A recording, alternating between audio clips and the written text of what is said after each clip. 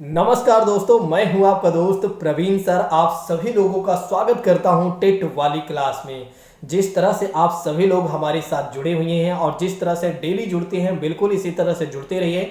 निश्चित तौर पर आप सभी लोगों का सिलेक्शन हो जाएगा। ये मान के चलिए, जो आप मेहनत आज कर रहे हैं, इसका जो फल मिलने वाला है चक्रवृद्धि ब्याज में मिलने वाला है। बिल्कुल आप मेहनत करते रहिए और सभी चीज़ें पढ़ते रहिए। जितनी भी चीज़ें हमारे द्वारा पढ़ाई जा रही हैं या जितनी भी क्लासेस शेयर की जा रही हैं, उनको आप पढ़ते चलिए।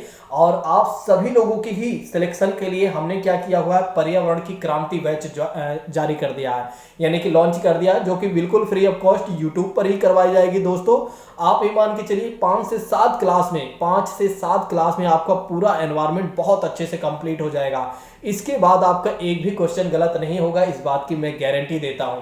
तो दोस्तों, आप सभी लोग हमारी सारी क्लासेस को करते चलिए, पढ़ते चलिए। निश्चित तौर पर आप सभी लोगों का सिलेक्शन हो जाएगा। यहाँ पर पहला प्रश्न पढ़ने से पहले मैं एक और बात कहना चाहूंगा। जो लोग नए हैं वे क्या करें, चैनल को सब्सक्राइब कर लें, और जो लोग पुराने हैं वे क्या करें, दूसरों को जरूर शेयर कर दें।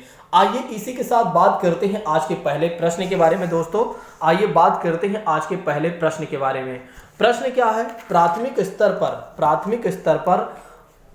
स्तर पर आकलन शामिल होना चाहिए। प्राथमिक स्तर पर आकलन का मतलब हो जाता है असेसमेंट शामिल होना चाहिए। अर्ध वार्षिक और वर्ष के अंत में परीक्षाएं होनी चाहिए। छोटे बच्चों को उत्तीर्ण अथवा अनुत्तीर्ण के श्रेणी के अंतर्गत आंकने के लिए प्रत्येक सप्ताह गृह कार्य और कक्षा कार्य करवाने चाहिए। तीसरी बात करते हैं, शिक्षक द्वारा सतत और अवसंरचनात्मक तरीके से अवलोकन को बच्चों और अभिभावकों के साथ बांटना चाहिए। और चौथा ऑप्शन कहता है कि प्रत्येक साप्ताहिक औपचारिक परीक्षाएं और खेल तथा उन्हें प्रगति पत्र में भी दर्ज करना चाहिए। आप बताइएगा इसमें कौन सा सही होना चाहिए। प्रश्न ये है कि प्राइमरी लेवल में आकलन को शामिल करना चाहिए। दोस्तों, आपको ये बताना है। ठीक है, पहला ऑप्शन आपने पढ़ ही लिया है, दूसरा ऑप्शन भी आपने समझ लिया है। यहाँ पर अवसंरचनात्मक हमने बोल दिया था, अनसंरचनात्मक है। दोस्तों, अनसंरचनात्मक तरीके से अवलोकन को बच्चों और अभिभावकों के साथ बांटना चाहिए। जल्दी से इसका जवाब दीजिएगा, जल्दी से इसका जवाब दीजिए। यदि आपको आ रहा है, नहीं आ रहा है तो फिर भी प्रयास तो करिए ही। देखिए, बात करते हैं इसमें, अगर देखा जाए तो अर्धवार्षिक और वर्ष के अंत में वार्षिक परीक्षाएं होनी चाहिए। अगर आकलन की बात आ रही है तो यहाँ पर ऐसी कोई बातें होनी ही नहीं चाहिए। ऑप्शन जो पहला हुआ वो गलत हो गया। दूसरी बात करते हैं, छोटे बच्चों को उत्तीर्ण अथवा अनुत्तीर्ण श्रेणी के अंतर्गत आंकने के लिए प्रत्येक सप्ताह गृह कार्य और कक्षा कार्य करवाने चाहिए। नहीं भैया, ये भी गलत हो गया। फिर तीसरी बात करते हैं, और शिक्षक द्वारा सतत और अनसंरचनात्मक तरीके से किए गए अवलोकन को बच्चों और अभिभावकों के साथ बांटना चाहिए। थोड़ा सा ए ऑप्शन सही लग रहा है, लेकिन चौथा एक बार हमें पढ़ना होगा। प्रत्येक सप्ताह औपचारिक परीक्षाएं और खेल तथा उन्हें प्रगति पत्र में दर्ज करना चाहिए।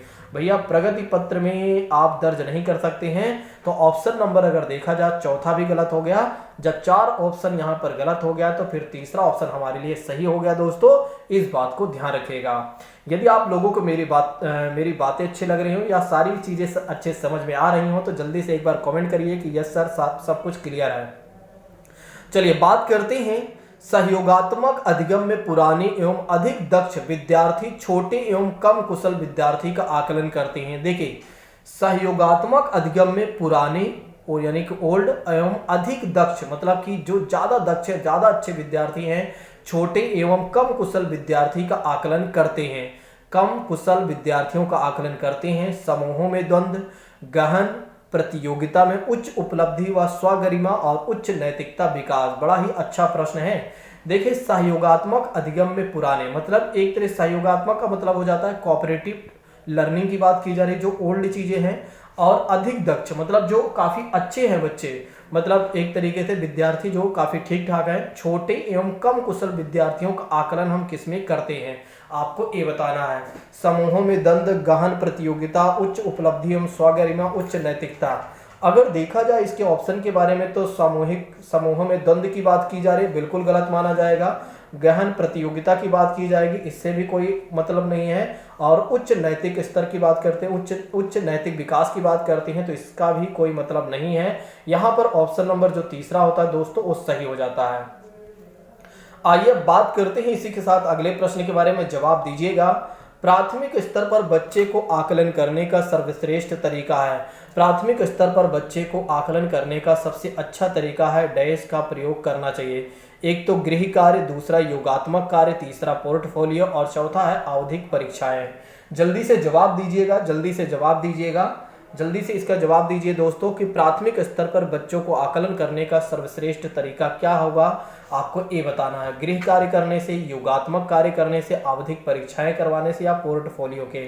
बड़ा ही अच्छा प्रश्न है, जवाब दीजिएगा। देखिए, अगर आप होमवर्क के लिए देते हैं तो फिर कहाँ यहाँ पर आकलन माना जाएगा। यहाँ पर आप सबमेटिव वाला करवाते हैं तो सबमेटिव में क्या होता है, एक सेशन खत्म होने के बाद ही होता है। आवधिक की बात करते हैं तो ये भी आपका नहीं होगा। पोर्टफोलियो की बात करते हैं जिसमें बच्चों का समुचित चीजों को इकट्ठा करके क्या किया जाता है, आकलन किया जाता है, तो ऑप्शन नंबर जो तीसरा हो जाता है वो सही हो जाता है दोस्तों। आइए बात करते हैं इसी के साथ अगले प्रश्न के बारे में, जवाब दीजिएगा। प्रश्न ये है कि प्राथमिक स्तर पर पर्यावरण अध्ययन में रचनात्मक आकलन डैश को शामिल नहीं करता है। प्राथमिक स्तर पर पर्यावरण अध्ययन में रचनात्मक आकलन को शामिल नहीं करता है। शिक्षार्थियों को ग्रेडिंग और रैंकिंग देना चाहिए और शिक्षार्थियों की अधिगम रिक्तियों की पहचान की जानी चाहिए। शिक्षण में कमियों की पहचान करें और शिक्षार्थियों को सीखने को बढ़ाना चाहिए, मतलब सीखने को बढ़ावा देना चाहिए, ये हो सकता है। ठीक है, जवाब जल्दी से दीजिएगा। 24 का क्या हो जाएगा। देखिए यहाँ पर क्या है, क्वेश्चन ये है कि प्राथमिक स्तर पर पर्यावरण अध्ययन में रचनात्मक आकलन को शामिल नहीं करता है। कौन सी चीजें हैं जो एक तरीके से रचनात्मक यानी कि आकलन हो जाएगा, यहाँ पर आकलन कह दीजिए, आकलन गलत हो जाएगा, आकलन में शामिल नहीं करता है, रचनात्मक में मूल्यांकन को शामिल नहीं करता, आप ये बता दीजिए। ठीक है, यहाँ पर फॉर्मेटिव के बारे में पूछा जा रहा है, आपको ये बता दीजिए कौन सी चीजें फॉर्मेटिव में शामिल नहीं हो सकती है। देखिए बहुत ही अच्छा प्रश्न है। अगर हम चौथे से चलते हैं, शिक्षार्थियों को सीखने के बढ़ावा देने की बात है, नहीं, यहाँ पर ये नहीं होगा। यहाँ पर नहीं पूछ रहा है कि कौन सा नहीं होगा, ये हो सकता है, ये भी हो सकता है, ये भी हो सकता है, लेकिन ग्रेडिंग की कहीं नहीं बात की गई है। ऑप्शन नंबर जो पहला है वो सही हो जाएगा। शिक्षार्थियों की ग्रेडिंग और रैंकिंग की बात कहीं पर नहीं की गई है प्राइमरी लेवल पर, वो भी अगर देखा जाए तो फॉर्मेटिव इवैल्यूएशन में दोस्तों। ठीक है, अब आइए बात करते हैं इसी के साथ अगले प्रश्न के बारे में, जवाब दीजिएगा दोस्तों। प्रश्न ये है कि नेहा कक्षा 5 के ईवीएस विषय में नीचे दिए गए मूल्यांकन तकनीक का प्रयोग करती है।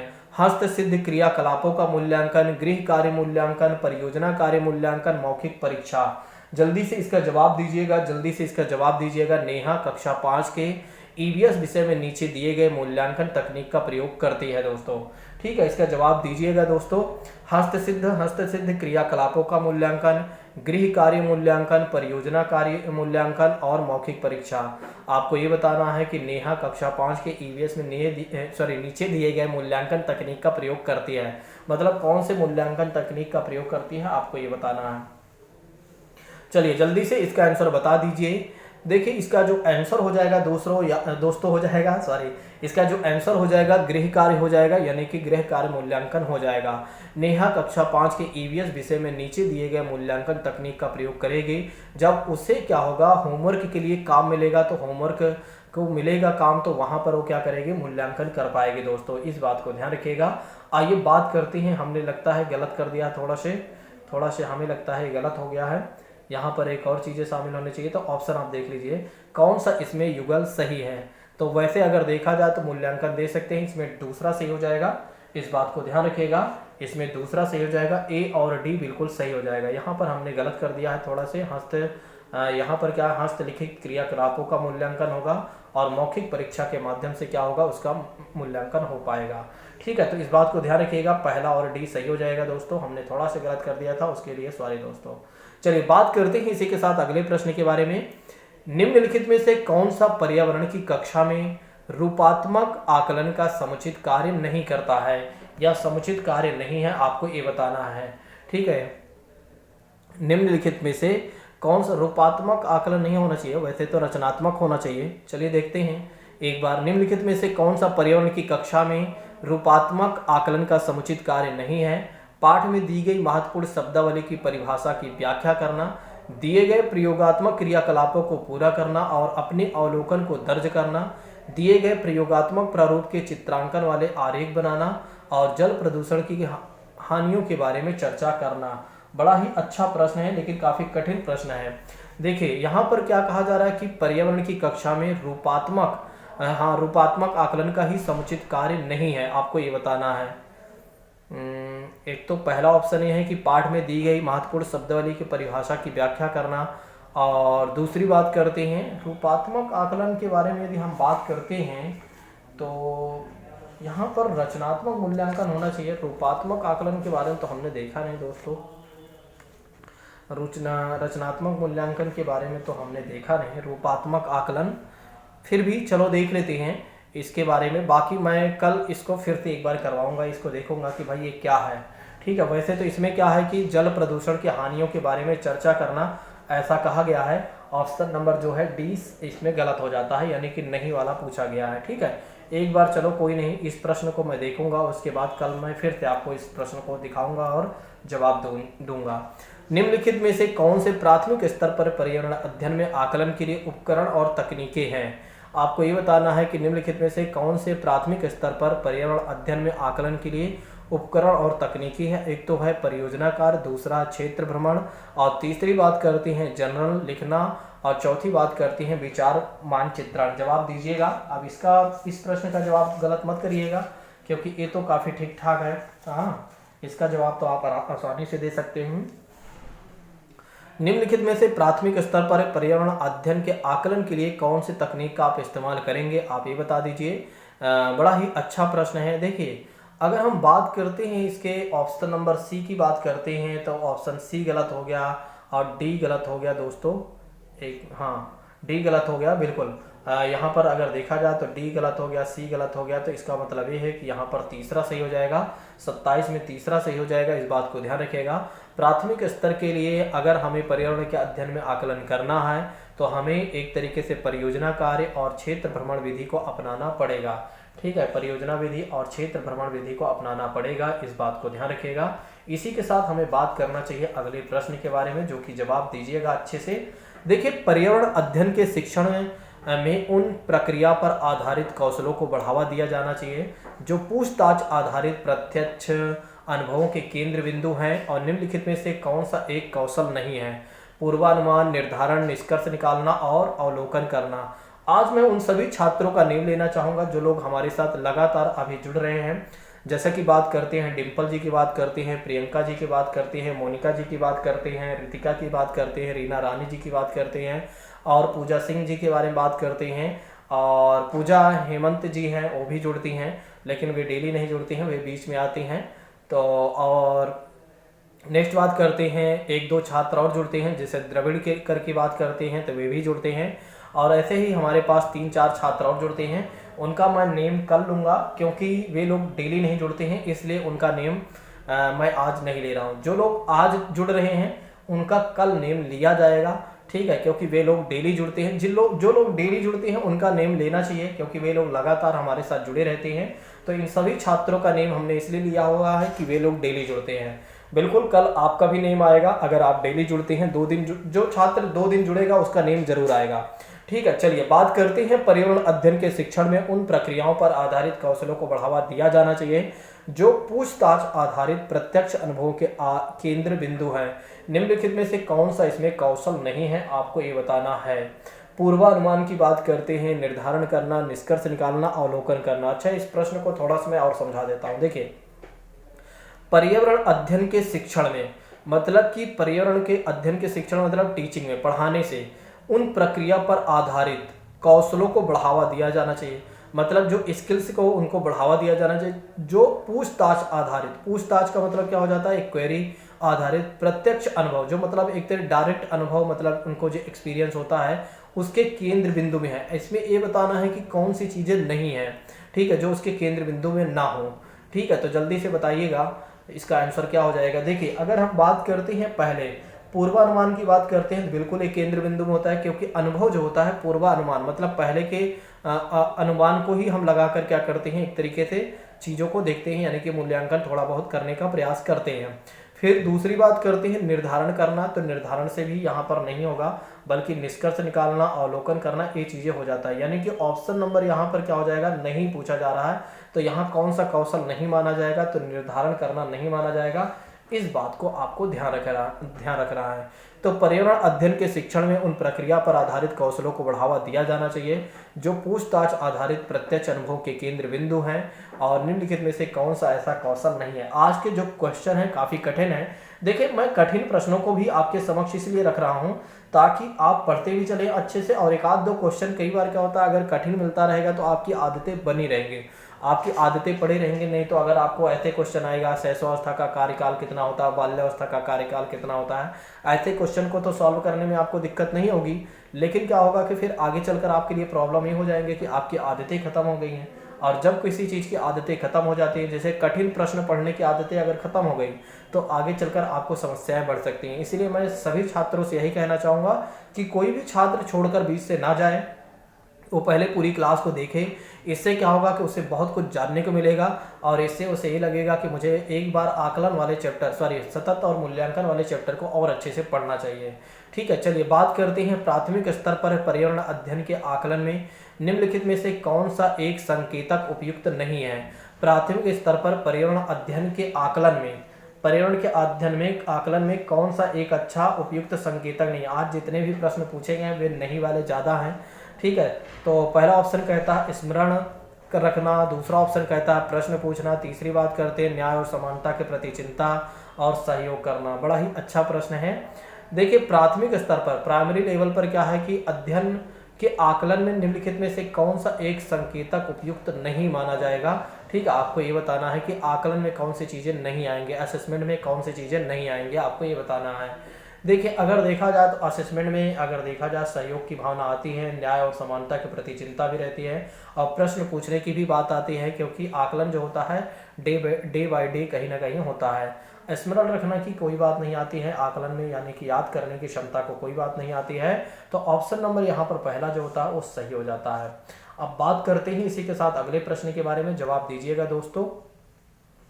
प्रश्न ये है कि निम्नलिखित का शिक्षार्थियों का आकलन करते समय पर्यावरण अध्ययन की शिक्षिका को निम्नलिखित में से क्या नहीं करना चाहिए। शिक्षार्थियों का आकलन करते समय पर्यावरण अध्ययन की शिक्षिका को निम्नलिखित में से क्या नहीं करना चाहिए। यहाँ पर ये बताना है कि शिक्षार्थियों का आकलन किया जा रहा है, और जो शिक्षिका हैं, जो मैडम महोदय हैं, उनको क्या नहीं करना चाहिए। बच्चों के पूर्व आकलन के साथ तुलना नहीं करना चाहिए, तुलना करना चाहिए। दूसरी बात ये कही गई, शिक्षार्थियों की सीखने की क्षमताओं को ध्यान में रखना और सूचना दर्ज करना चाहिए। तीसरा ऑप्शन कहता है बच्चों के कार्य केवल कुछ पक्षों पर ध्यान केंद्रित करना चाहिए, और चौथा ऑप्शन कहता है बच्चों के कार्य से संबंधित गुणात्मक उल्लेख करना चाहिए। अच्छा, हमारे साथ बहुत सारे छात्र डेली जुड़ते हैं, उन सभी छात्रों का मैं नेम लेना चाहूँगा। जैसे कि बात करते हैं प्रियंका जी की बात करते हैं, ये भी हमारे साथ डेली जुड़ती हैं, और दूसरी बात करते हैं रीना जी की बात करते हैं जो कि ऑफलाइन में पढ़ती हैं। पूजा सिंह जी के बारे में बात करते हैं, ये भी हमारे साथ डेली जुड़ती हैं, यानी कि पूजा जी के बारे में बात करती हैं। तो दोनों पूजा जुड़ती हैं, एक पूजा हेमंत है वो डेली जुड़ती हैं लेकिन वे बाद में आती हैं। और दूसरी बात करते हैं डिम्पल जी और मोनिका जी, ये भी हमारे छात्र डेली ही जुड़ते हैं। और द्रविड़ जी की बात करते हैं, और भी अन्य छात्र हैं, रितिका जी भी हैं, वे भी जुड़ती हैं लेकिन कभी कभार। और कुछ छात्र हमारे बाद में देखते हैं जब उनके पास टाइमिंग मिलता है, जैसे मीनाक्षी जी हैं और स्नेहा जी हैं, तनु जी हैं, ऐसे कुछ छात्र हैं जो बाद में देखते हैं। ठीक है, तो उनका नेम इसलिए नहीं लिया जाता कि वे लाइव चैट में नहीं आते हैं। लाइव चैट में आने से फ़ायदा ये है कि मैं ये देखता रहता हूँ कि कितने लोगों को कितने क्वेश्चन सही हो रहे हैं। ठीक है, तो इससे फ़ायदा होता है, इसलिए आप लोग जरूर लाइव चैट में ही आया करें, ताकि हमें पता चलता रहे कि किस छात्र का कितना क्वेश्चन सही हो रहा है और कहाँ वो गलत कर रहा है, कहाँ वो सही कर रहा है। ठीक है, बाकी मर्जी आपकी है, देखना आपको है, क्या करना है आप देख लीजिए। मेरा काम है आपको बार बार सजेशन देना। शिक्षार्थियों का आकलन करते समय आपको ये बता देना है कि शिक्षिका को क्या नहीं करना है। देखिए, अगर देखा जाए यहाँ पर ऑप्शन जो है यहाँ पर नहीं पूछा जा रहा है। ठीक है, और नहीं पूछा जा रहा है तो केवल वाला जो आ जाएगा वो केवल वाला गलत होता ही है, और केवल वाला इसलिए ऑप्शन नंबर तीसरा लगा देना चाहिए था आपको। ठीक है, इस बार आपने क्या किया होगा, केवल वाले को गलत काट दिया होगा और बाकी सभी को सही करने का प्रयास किया होगा आपने। लेकिन यहाँ क्वेश्चन क्या था, नहीं आपको बताना क्या नहीं करना चाहिए। तो बच्चों के कार्य के केवल कुछ पक्षों पर ध्यान केंद्रित नहीं करना चाहिए। ठीक है, ये चीज़ें यहाँ पर गलत हो जाती हैं। चलिए इसी के साथ बात करते हैं अगले प्रश्न के बारे में दोस्तों। प्रश्न ये है कि निम्नलिखित में से कौन सा कथन आकलन प्रक्रियाओं के बारे में सबसे कम उपयुक्त है। यहाँ पर सबसे कम उपयुक्त है आकलन के लिए, एक तो बच्चे का, बस ज़्यादा प्रश्न नहीं है, इसके बाद हिंदी की पेडागोजी है, ठीक है। तो ज़्यादा आप चिंता मत करिए कि इतने सारे प्रश्न, आज सारे कठिन प्रश्न लेकर आ गए सर और एक भी क्वेश्चन सही नहीं हो रहा है। देखिए ऐसा होता है, ठीक है। कई बार क्या होता है हम पढ़े रहते हैं और कई बार क्या होता है हम पढ़े रहते हैं फिर भी क्या होता है हमारे क्वेश्चन गलत हो जाते हैं। तो ये स्वाभाविक है, क्वेश्चन गलत हो रहा है तो इसका मतलब ये नहीं कि आपकी तैयारी नहीं है, एक आध दो क्वेश्चन तो गलत होना ही चाहिए, ठीक है। कम से कम इतना तो आयोग का सम्मान भी हमें करना है ना। बच्चे का निजी विवरण और व्यक्तिगत पृष्ठपोषण यानी फीडबैक देना वांछनीय अभ्यास है। सीखने के संकेतकों और उप संकेतकों की सूची बनाना रिपोर्टिंग को अधिक विस्तृत बनाता है। तीसरा ऑप्शन कहता है ठीक, अच्छा और बहुत अच्छा जैसे टिप्पणियां बच्चे सीखने के बारे में समझ प्रदान करती हैं। चौथा ऑप्शन कहता है कि बच्चों की पोर्टफोलियो में केवल उनके सबसे बेहतर कार्य ना होकर सभी तरह के कार्य करना चाहिए। यहाँ पर सबसे कम उपयुक्त बताना है आपको, ये ध्यान रखना है। चलिए जैसे कि बात करते हैं इसके आंसर के बारे में, जल्दी से बताते चलिए। हम बात करते हैं इस बार पहले, देखिए बच्चों के पोर्टफोलियो में केवल उनके सबसे बेहतर कार्य ना होकर और सभी तरह के कार्य होने चाहिए, बिल्कुल यहाँ पर सही है। ठीक, अच्छा और बहुत अच्छा जैसे टिप्पणियां बच्चों के सीखने के बारे में समझ प्रदान करते हैं, बिल्कुल करती हैं, ये भी ठीक ठाक है। सीखने के संकेतक और उप संकेतकों की सूची बनाकर रिपोर्टिंग को अधिक विस्तृत बनाता है, बिल्कुल सही है, ठीक है। देखो चारों इसमें सही है, फिर समझिएगा। बच्चे का निजी विवरण और व्यक्तिगत फीडबैक देना वांछनीय अभ्यास है, नहीं भाई उतना ज़्यादा नहीं है कारगर, ठीक है, उतना ज़्यादा ये कारगर नहीं है, तो इसलिए ऑप्शन नंबर जो पहला हो जाएगा वो सही हो जाएगा, ठीक है। पहला ऑप्शन यहाँ पर सही हो जाएगा, इस बात को ध्यान रखिएगा। चलिए बात करते हैं इसी के साथ अगले प्रश्न के बारे में, जवाब दीजिएगा। दिए गए प्रश्नों को ध्यान से पढ़ना है आपको। और क्या आपने अपने घर या स्कूल आसपास जानवर देखे हैं जिनके छोटे बच्चे हैं, जिनके छोटे बच्चे हैं, और अपनी नोटबुक में उनके नेम लिखना है आपको। और इस प्रकार इस प्रश्न के माध्यम से किस प्रक्रमण कौशल का आकलन किया जाना चाहिए। ये प्रश्न आपके एग्जाम में आएगा, इसको आप स्क्रीनशॉट लेकर रख लीजिए, ठीक है। ये प्रश्न आपके एग्जाम में आएगा, किसी के भी प्रश्न किसी के भी एग्जाम में आ सकता है, मतलब किसी के भी दिन, जिस दिन उसका पेपर होगा उस दिन में से किसी एक का हो सकता है। वर्गीकरण एवं चर्चा, परिकल्पना एवं प्रयोग करना, न्याय के लिए सरोकार, अवलोकन एवं रिकॉर्डिंग की बात करते हैं, ठीक है। जवाब दीजिएगा, बहुत ही अच्छा और प्यारा प्रश्न है, जवाब दीजिएगा। क्या आपने अपने घर या स्कूल के आसपास एक आध जानवर देखे हों, मतलब कि जानवर देखे हों और उनके छोटे बच्चे भी देखे होंगे और उनके नाम लिखना है। और इस प्रश्न के माध्यम से मतलब कि कौशल का आकलन किया जा रहा है, आपको ये बताना है, ठीक है। अब इसमें क्या है कि कुछ करना नहीं है, सिंपल सी बातें हैं, इसका जवाब देना है। देखिए वर्गीकरण एवं परिचर्चा थोड़ी ना आप कर रहे हैं, यहाँ पर आपने देखा हुआ उसको नोट कर रहे हैं, तो इसका मतलब इसका जो ऑप्शन हो जाएगा, ये तीनों गलत हो गए। यहाँ पर आप क्या कर रहे हैं, रिकॉर्डिंग कर रहे हैं, ठीक है, अवलोकन कर रहे हैं, रिकॉर्डिंग कर रहे हैं, इसलिए ऑप्शन नंबर जो चौथा हो जाता है वो हमारे लिए सही हो जाता है, यानी कि इस प्रश्न का सही जवाब यही होगा। चलिए जवाब अगले प्रश्न का दीजिएगा, और मुझे लगता है कि इसके विकल्प थोड़ा से आगे भी होंगे, तो इसलिए थोड़ा से ध्यानपूर्वक पढ़िएगा। आज थोड़ा से आवाज़ गड़बड़ा रही है, क्या बात है। चलिए बात करते हैं कक्षा में पर्यावरण अध्ययन में शिक्षार्थियों के आकलन के बारे में। निम्नलिखित में से कौन सा कथन सत्य है। मौखिक परीक्षाएं, क्योंकि हो सकता है कि बच्चे लिखने में सक्षम ना हो। ड्राइंग, क्योंकि बच्चों को इसमें आनंद आता है। शिक्षकों को अवलोकन एवं रिकॉर्डिंग की बात करती हैं। और किसी को ना रोके, नीति को ध्यान में रखते हुए आकलन की कोई आवश्यकता नहीं है। और ABC सही है, और क्या सही है आप लोग बताइएगा। क्वेश्चन एक बार फिर से पढ़ना चाहिए, क्योंकि मुझे पता है कि आप लोग नहीं दे पा रहे होंगे, क्वेश्चन नहीं समझ पा रहे होंगे। देखिए कक्षा 1 में पर्यावरण अध्ययन में, मतलब कक्षा 1 है और उसमें क्या है, पर्यावरण अध्ययन की बात की जा रही है। शिक्षार्थियों के आकलन के बारे में आपको बताना है कि क्या चीज़ें यहाँ पर सही होंगी, ठीक है। और मौखिक परीक्षाएं, क्योंकि हो सकता है कि बच्चे लिखने में सक्षम ना हो, तो क्या मौखिक परीक्षाएं हो सकती हैं ताकि बच्चे लिखने में। फिर तीसरी बात करते हैं ड्राइंग का मतलब हो जाता है भैया कला, ठीक है, जैसे कि आर्ट वोट बनाना, क्योंकि बच्चे को इसमें आनंद आता है, इसके आधार पर भी आकलन किया जा सकता है। शिक्षकों का अवलोकन और रिकॉर्डिंग किया जा सकता है, ठीक है, क्या ऐसा भी है। और किसी को ना रोके, नीति को ध्यान दे में रखते हुए आकलन की कोई आवश्यकता नहीं है, क्या ऐसी बातें हैं, आकलन की कोई आवश्यकता नहीं है दोस्तों। देखिए यहाँ पर अगर देखा जाए तो ऑप्शन नंबर जो डी है वो गलत है, और जहाँ जहाँ डी मिला हमने कट कर दिया। और यहाँ पर अगर देखा जाए सी भी सही था, तो इसलिए हमें तीसरा गलत काट के हमें ए को सही कर देना है। यहाँ पर पहला ऑप्शन जो हो जाता है वो सही हो जाता है। ठीक है, इसमें क्या होना चाहिए कि बच्चों को एक तरीके से मौखिक परीक्षाएं करवा कर उनका आकलन किया जा सकता है, क्योंकि वे हो सकता है लिखने में सक्षम ना हो। उन्हें ड्राइंग वाला काम दिया जा सकता है जिसमें उनको आनंद भी आता है। शिक्षकों को चाहिए कि अवलोकन करें और रिकॉर्डिंग करें। दोस्तों चलिए अब बताइएगा, इसका जवाब दीजिएगा। प्रयोग करना आकलन एक संकेतक है। प्रयोग करना आकलन एक संकेतक है। निम्नलिखित में से कौन सा एक प्रयोग करने संबंधी संकेतक का आकलन करने का सबसे उपयुक्त तरीका, सबसे अच्छा तरीका? चित्र पठन, सृजनात्मक लेखन, निर्देशन, प्रदर्शन या हस्तपरक गतिविधि?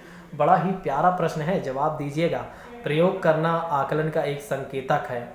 निम्नलिखित में से कौन सा एक प्रयोग करने संबंधी संकेतक का आकलन करने का सबसे अच्छा तरीका? आपको ये बताना है कि कौन सा सबसे बेहतर तरीका हो सकता है आकलन के संकेतक में।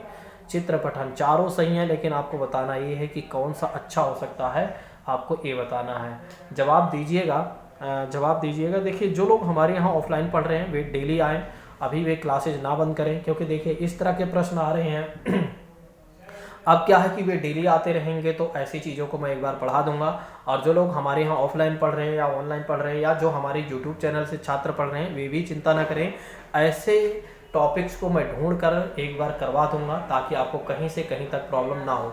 और इसीलिए हमने पर्यावरण क्रांति करके एक बैच जारी कर दिया है, यानी कि एक तरीके से हमने लॉन्च कर दिया है। ठीक है, ताकि आपको समस्याएं ना हो। इसका ऑप्शन जो सही हो जाएगा वो हस्तपरक गतिविधि हो जाएगी, इस बात को ध्यान रखिएगा।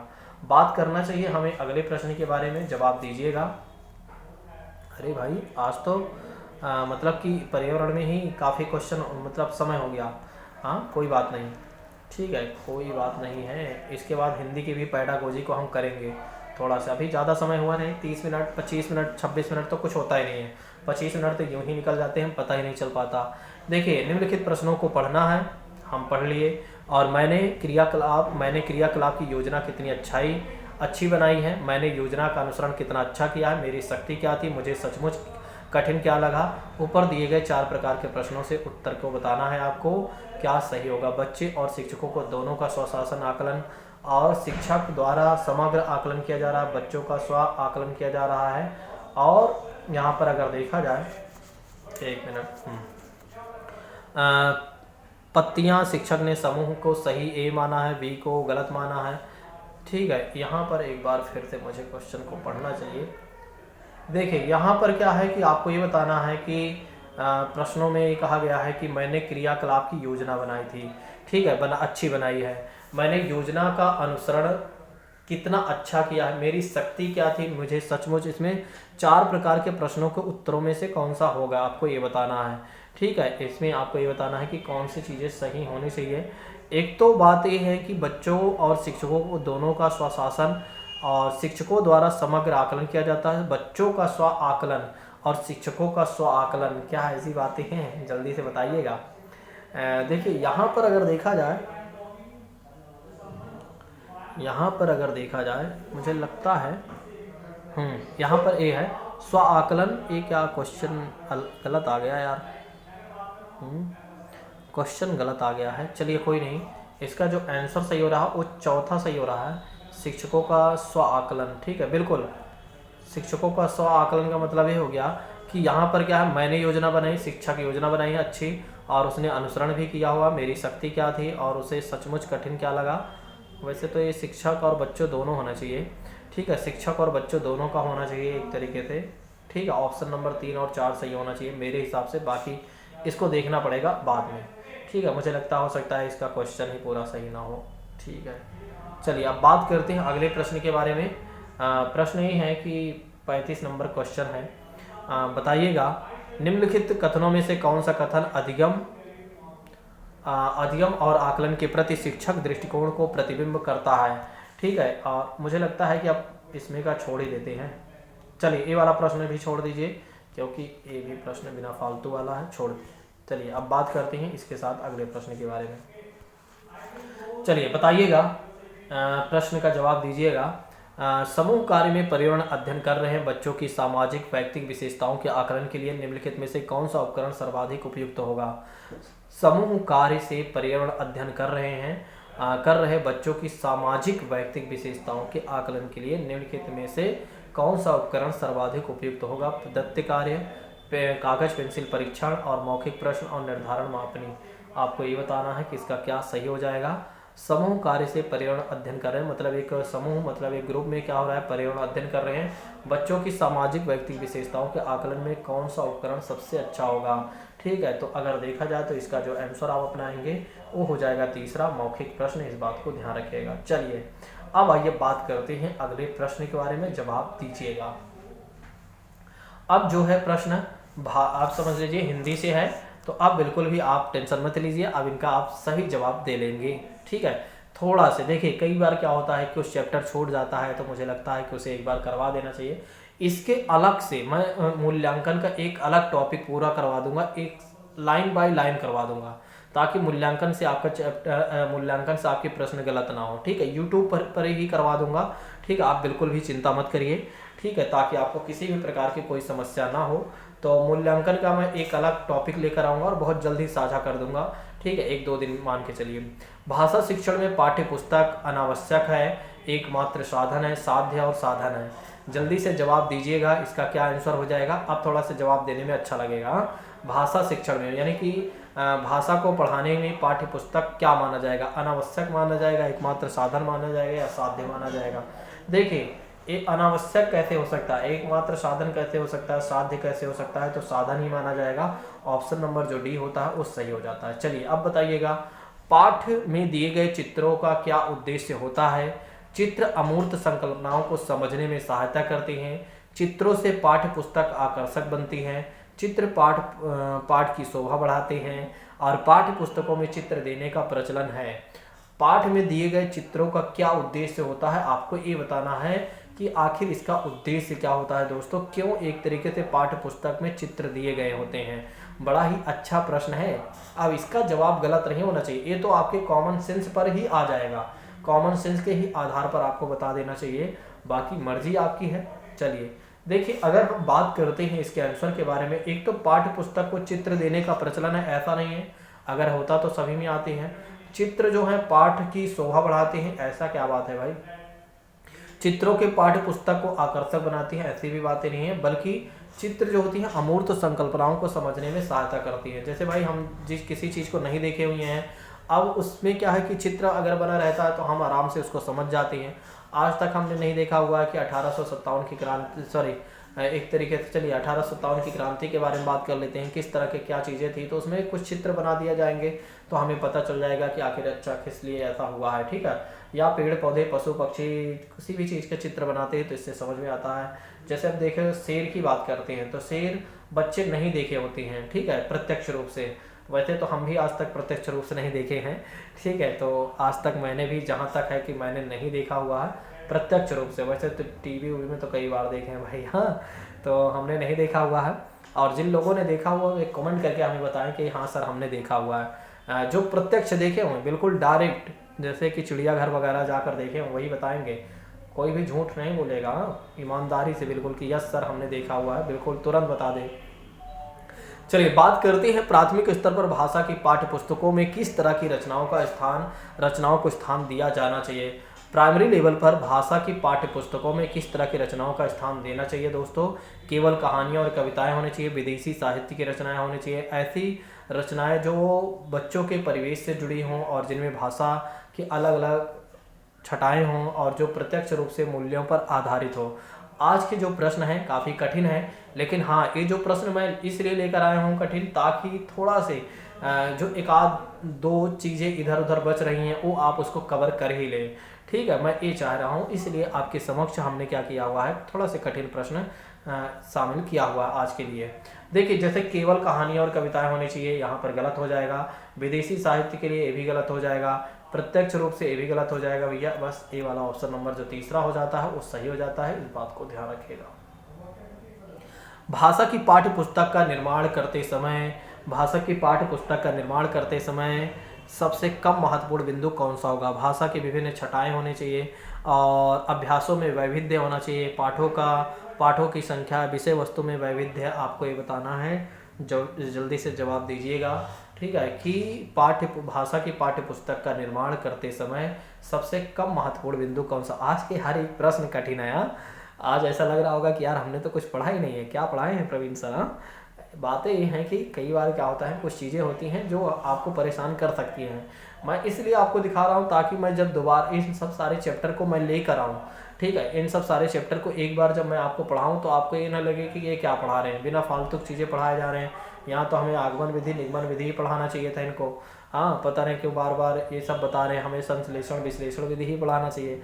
अच्छा, कहीं पर आप देखते हैं, मैंने देखा है बहुत सारे यूट्यूब चैनल पर क्या होता है, दिन भर आगमन विधि निगमन विधि, दिन भर संश्लेषण विधि विश्लेषण विधि, सरल से जटिल की ओर, शैशवावस्था क्या है, बाल्यावस्था क्या है, ऐसी चीज़ें जब पढ़ाते हैं तो फिर क्या होता है, जो छात्र होते हैं बड़े जल्दी आकर्षित हो जाते हैं। उनको ये लगता है कि बस यही आएगा हमारे एग्जाम में, और वो भी बोलते हैं अरे सर आपके जैसे भगवान हमने किसी को नहीं देखा है, आपने तो हमें वो पढ़ा दिया जो हमारे एग्जाम में ही आता है, जबकि एग्जाम में अब ये सब आता नहीं है इतना ज़्यादा, ठीक है। कि भैया शैशवावस्था का कार्यकाल क्या है, बाल्यावस्था का कार्यकाल क्या है, ये सब बच्चों वाला क्वेश्चन थोड़े ना पूछेगा आप। अब 1 महीना पेपर होता है तो आप सोचिए ऐसे फालतू क्वेश्चन क्यों पूछेगा सीटेट, ठीक। तो ऐसे चीज़ों पे आप इन सब चीज़ों पर फोकस ना करें, जो मेन चीज़ें हैं उस पर फोकस करें। देखिए, सबसे कम महत्वपूर्ण बिंदु अगर देखा जाए पाठ्य पुस्तक में तो पाठों की संख्या की बात होती है भैया, कि पाठ की संख्या कितनी होनी चाहिए, ठीक है। कई बार क्या होता है बहुत ज़्यादा हो जाते हैं, कई बार बहुत कम हो जाते हैं, तो ये चीज़ें कहीं ना कहीं अगर देखा जाए तो मायने रखता है कि भाई कितना होना चाहिए। अब ऐसा ना हो कि हिंदी के ही सब्जेक्ट में क्या है 10, 15, 20 हो जाए, ठीक है, और इंग्लिश में 15-20 हो जाए तो पूरे 1 साल के सिलेबस के बजाय 2 साल का सिलेबस बन जाए तो वो गलत हो जाएगा। चलिए आप बताइएगा, भाषा की पाठ्य पुस्तकें हैं एक भाषा सीखने के एकमात्र संस्थान, अभ्यास परक भी होने चाहिए, साधन है, साध्य है, आपको ये बताना है। जल्दी से जवाब दीजिएगा। भाषा की पाठ्य पुस्तक अभी हमने बताया था, अभी गलत तो नहीं होना चाहिए, ठीक है। और बहुत सारे छात्र जल्दी से खुशी होकर फटाफट तीसरा लगा दिए होंगे ना, बिल्कुल सही है, तीसरा ही सही है, तो फिर मैं क्या कर सकता हूँ, मैं भी तो आपसे भिन्न थोड़ी ना हूँ। चलिए, पत्र पत्रिकाएं भाषा सीखने में त्रुटियों को बढ़ावा देती हैं, बड़ों के पढ़ने की वस्तु है और साधक है और बाधक है, आपको ये बताना है। अच्छा, ये जो प्रश्न है आपके कॉमन सेंस पर लगेंगे, ठीक है। आप ये मत सोचिएगा प्रवीण सर ने तो इसे नहीं पढ़ाया था, अभी हिंदी की पैडागोजी हमारी नहीं आई है और हिंदी की पैडागोजी मैं लेकर आने वाला हूँ, इसलिए मैं आपको दिखा रहा हूँ ताकि आप बाद में हमें डिस्टर्ब ना करें कि पता नहीं क्या पढ़ा रहे हैं, हाँ। ताकि मैं आपको एक बार अच्छे से दिखा देता हूँ और फिर जब मैं इस तरह के चैप्टर लेकर आता हूँ तब आपको लगेगा कि अच्छा जो पढ़ाया जा रहा है बिल्कुल अप्रोप्रिएट है, ठीक है। तब आपको लगेगा कि हाँ प्रवीण सर जो पढ़ा रहे हैं बिल्कुल सही है, एग्जाम में आएगा भी, ठीक है। 23 का देखा जाए तो तीसरा सही हो जाएगा। अभी हमने आपको बताया भैया, पाठ्य पुस्तक हो, पत्र पत्रिकाएं हो, भाषा सीखने के एक साधन के रूप में या साधक के रूप में काम करती हैं, ये बात ध्यान रखिएगा। इसी के साथ बात करना चाहिए अगले प्रश्न के बारे में, बस 1-2 प्रश्न और है, कहीं जाइएगा नहीं, लास्ट तक रुके रहिएगा। जो व्यक्ति लास्ट तक रुका रहता है निश्चित तौर पर उसे बहुत कुछ जानने को मिलता है और बहुत कुछ उसे मिलता है और वही सफल होता है, ठीक है। जो व्यक्ति शुरुआत किया और बीच में छोड़कर चला गया उसके लिए तो कहीं ना कहीं समस्याएं होती ही हैं, ठीक है। अब यहाँ कोई निगेटिव नहीं ले लेगा भाई, ठीक है। कई बार क्या होता है हमारे छात्र निगेटिव ले लेते हैं हर चीज़ों को, ठीक है। तो कोई भी चीज़ें निगेटिव ना लिया करें। कहने का तात्पर्य क्या होता है, समझने, हर समय की बातें अलग होती हैं, मतलब कि हर समय एक ही बात थोड़ी ना की जाती है, हर समय कहने का तात्पर्य अलग होता है, हर समय कहने के उसके पीछे का कारण कुछ अलग होता है, ठीक है। तो आप उन चीज़ों को बिल्कुल भी अपने लिए सीरियस ना लिया करें, बल्कि उसे नज़रअंदाज किया करें, उसको समझा करें, ठीक है। तो अगर आप अपने ऊपर उसे अप्लाई करते हैं अच्छे से कि हाँ ये चीज़ें ऐसे होती हैं तो समझ में आता है, तो आप उसमें गुस्सा आए तो आपको आगे बढ़ने का काम मिलता है। यहाँ पर क्या होता है कुछ लोग गुस्से हो जाते हैं बिना फालतू के। चलिए बात करते हैं, भाषा कक्षा में विभिन्न दृश्य श्रव्य साधनों का उपयोग का उद्देश्य नहीं है। आज मेरा पढ़ाने का तरीका बिल्कुल थोड़ा से कम अच्छा होगा, मुझे ऐसा लग रहा है, ठीक है। मुझे ऐसा लग रहा है कि आज उतना अच्छे तरीके से मैंने प्रोडक्टिविटी तरीके से नहीं बताया है सारे प्रश्नों को, ठीक है। भाषा कक्षा में विभिन्न दृश्य श्रव्य साधनों के उपयोग का उद्देश्य नहीं है।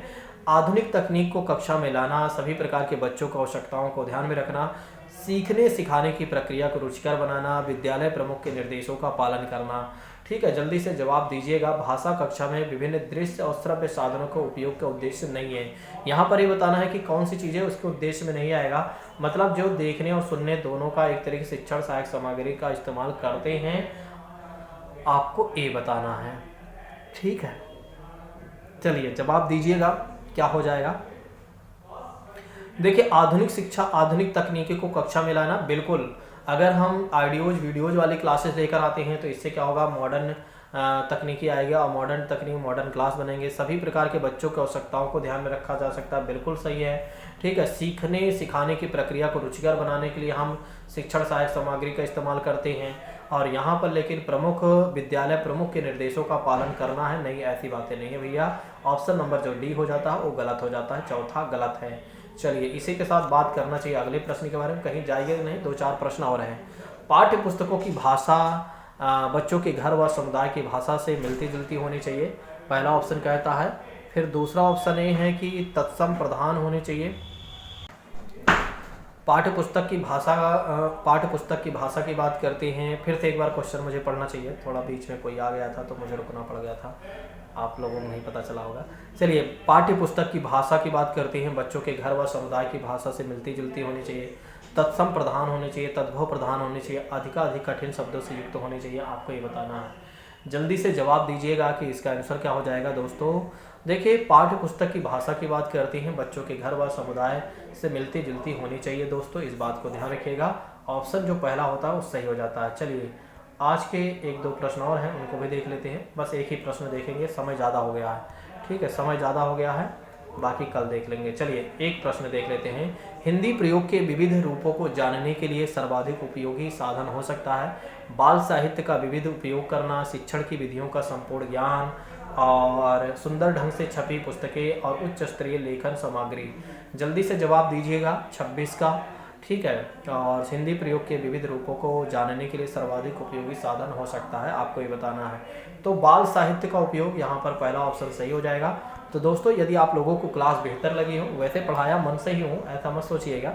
ठीक है, अगर आप लोगों को क्लास बेहतर लगी हो तो आप लोग कमेंट करके जरूर बताइएगा। इसके बाद हमारी दूसरी क्लास है, उसके बाद भी एक क्लास और होगी, 3 क्लास है आज, मतलब 3 क्लास है, तो कहीं जाइएगा नहीं, तीनों क्लास अच्छे से देखिए, आराम से, ठंडी है, लेटे रहिए, बैठे रहिए, आराम से देखते चलिए। क्या मतलब है किताब उठाकर पढ़ने, दिन में पढ़ लिया करें जो भी जो भी किताब पढ़ना रहा है तो दिन में सारा काम कर लिया करें। दिन में ये सोचा करें कि मुझे जितना पढ़ना है मैंने पढ़ लिया, अब रात में मुझे केवल प्रवीण सर की वीडियो देखना, आराम से देखकर सो जाना है और कोई काम नहीं करना है।